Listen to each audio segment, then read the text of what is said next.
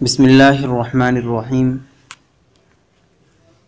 کیا فرماتے ہیں علماء کرام مفتیان اعظام مندرجہ ذیل مسئلے کے بارے میں؟ سوال: مدرسے میں رہنے والے علماء کرام حفاظ اعظام جو کہ شب و روز بچوں کو قرآن و حدیث اور فقہ کا درس دینے میں مشغول رہتے ہیں، اور ائمہ مساجد جو کہ مسجد میں رہ کر کے 5 وقتہ نماز پڑھاتے ہوں، کیا ان سبھی حضرات کا بھی جماعت میں جانا ضروری ہے؟ جبکہ جماعت میں جانا یہ ایک امر مستحب ہے، کیونکہ کچھ تبلیغی ساتھیوں کا یہ کہنا ہے کہ جس عالم یا امام مسجد کا جماعت میں وقت نہ لگا ہو تو اس عالم کا تفسیر کرنا اور امام کا مسجد میں رہنا صحیح نہیں ہے۔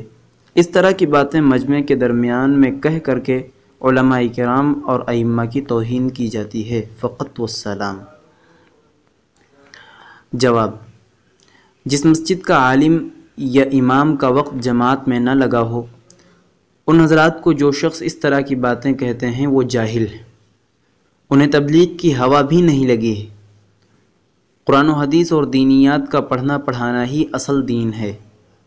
حضور پاک صلی اللہ علیہ وسلم نے فرمایا، تم میں سے بہترین شخص وہ ہے جو قرآن کریم کو سیکھے اور دوسروں کو سکھائے۔ اور حضرت امام مسلم علیہ الرحمہ نے مسلم شریف میں حضرت امام محمد ابن سیرین کا قول نقل کیا ہے کہ علم کا پڑھنا پڑھانا ہی دین ہے، جماعت میں جانے سے زیادہ اہم ہے، اس لیے جماعت میں نکلنا ایک امر مستحب ہے اور علم دین کا پڑھنا پڑھانا اصل دین ہے۔ اگر یہ علماء کرام علم کی خدمت نہ کرتے تو ہمیں دین کے احکام اور مسائل معلوم نہ ہوتے، وضو اور نماز کا صحیح طریقہ بھی معلوم نہیں ہوتا، اور ہم قرآن کی تلاوت بھی نہیں کر سکتے تھے۔ اس لیے علماء کرام کو ایسی باتیں کہنا اور جماعت میں نہ نکلنے پر ان علماء کرام کو لعن طعن کرنا یقیناً یہ جہالت کی بات ہے۔ ایسی باتوں سے بچنا چاہیے اور شریعت میں جس کی جو حیثیت ہے اس کے مطابق ہی عمل کرنا چاہیے۔